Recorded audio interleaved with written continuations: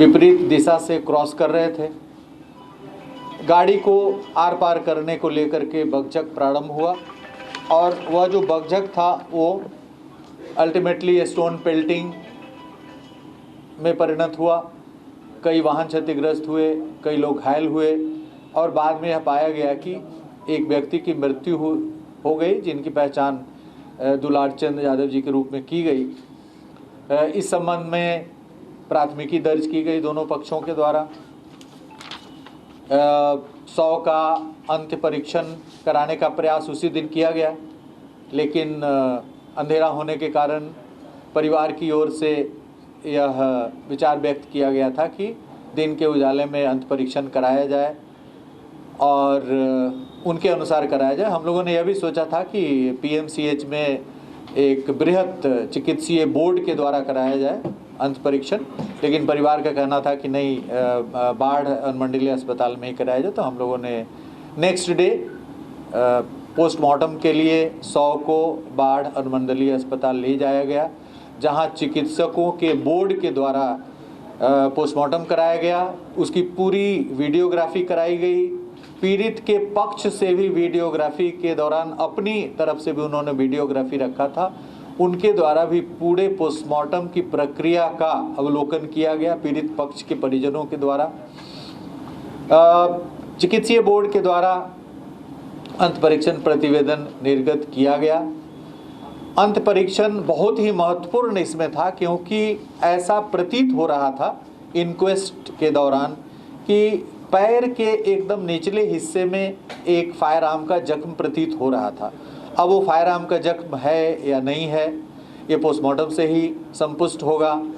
उसके बाद बदन पे कुछ निशान दिख रहे थे, लेकिन अन्य कोई वैसा जख्म बदन पे नहीं दिख रहा था स्पष्टतः, जिससे हम कह सकें कि इसके कारण मृत्यु हुई है।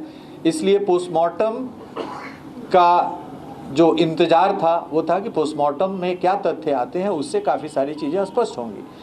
पोस्टमार्टम में यह स्पष्ट रूप से व्यक्त किया गया है कि पैर में जो गोली के प्रवेश जख्म और निकास जख्म है वो फायर आर्म से हैं, लेकिन उसके कारण मृत्यु नहीं हो सकती है। वह जख्म मृत्यु कारित करने के लिए पर्याप्त नहीं है।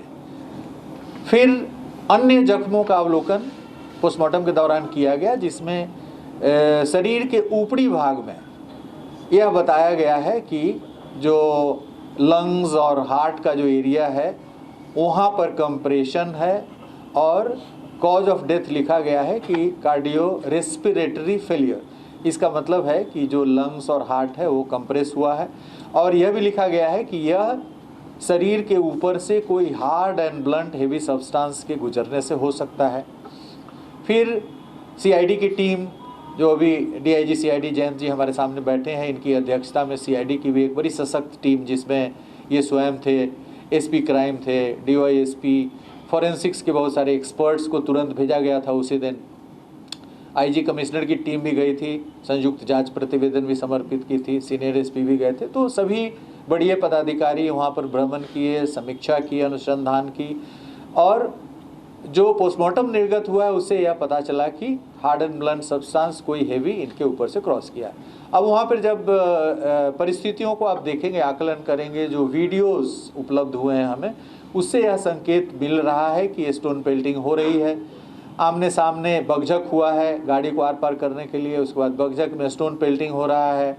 मृतक है वो भी दिख रहे हैं, उसी आकृति के, उसी वेशभूषा के एक व्यक्ति के द्वारा स्टोन पेल्टिंग किया हुआ दिख रहा है।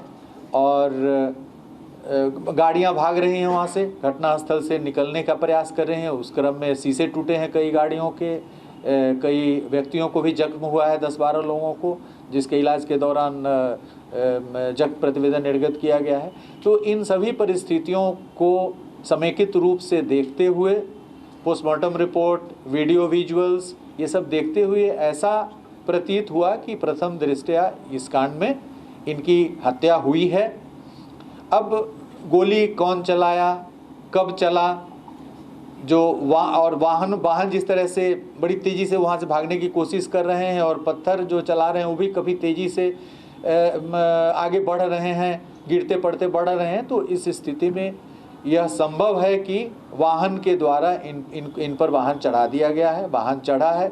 अब वो इंटेंशनल है या भागने के क्रम में एक्सीडेंटल है, ये सब अनुसंधान का विषय है। भविष्य में अनुसंधान यह बताएगा कि इन पर जिस कारण से इनकी मृत्यु हुई है, पोस्टमार्टम में जो स्पष्ट किया गया वह कारण इंटेंशनल है कि जानबूझकर के किसी ने इनके शरीर पे चढ़ाया है। जो गोली चली है वो चूँकि पैर में लगा है और अन्य किसी संवेदनशील हिस्से में नहीं है, वहाँ पर प्रत्यक्षदर्शी गवाहों की कमी नहीं है। आप देखेंगे वीडियोस में दिख रहा है कि दर्जनों लोग वहाँ पे प्रत्यक्षदर्शी साक्षी हैं। प्रत्यक्षदर्शी साक्षियों को चिन्हित किया जा रहा है, उनके बयान लिए जा रहे हैं। फॉरेंसिक की टीम घटनास्थल का पुनर्सृजन कर रही है। तो इन सभी बिंदुओं पर जो संकेत हमें मिले हैं उसके आधार पे और घटनास्थल पे जो अभियुक्त हैं, जो गिरफ्तार हुए हैं उम्मीदवार, उनकी उपस्थिति थी। उनके नेतृत्व में ही उनका पूरा दल आगे बढ़ रहा था। जन सुराज का दल भी सामने से जो वहाँ के उम्मीदवार हैं उनके नेतृत्व में आ रहा था।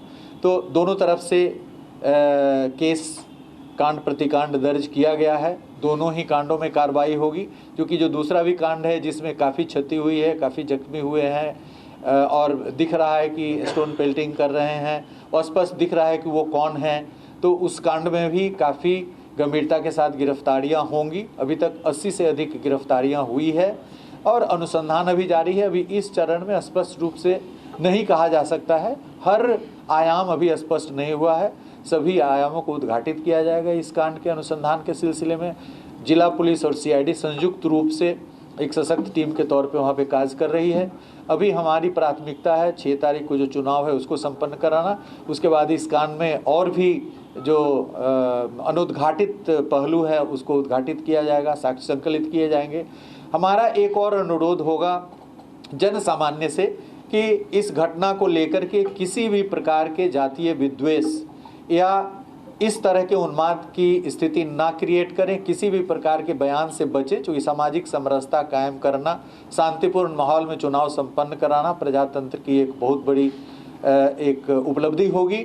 और जो भी इसमें वहाँ पर उपस्थित हैं, जो व्यक्ति प्रत्यक्षदर्शी हैं, जिनके मोबाइल में या किसी अन्य डिवाइस में किसी भी प्रकार का साक्ष्य है, वीडियोज़ है, फोटोग्राफ्स है, उनके लिए हम लोग एक प्रेस विज्ञप्ति जारी करेंगे कि वो सीआईडी के एसपी और डीआईजी के यहाँ आ करके और निर्बाध रूप से अपना साक्ष्य यहाँ पे हम लोगों के समक्ष दें और पूरी साक्ष्य संगत का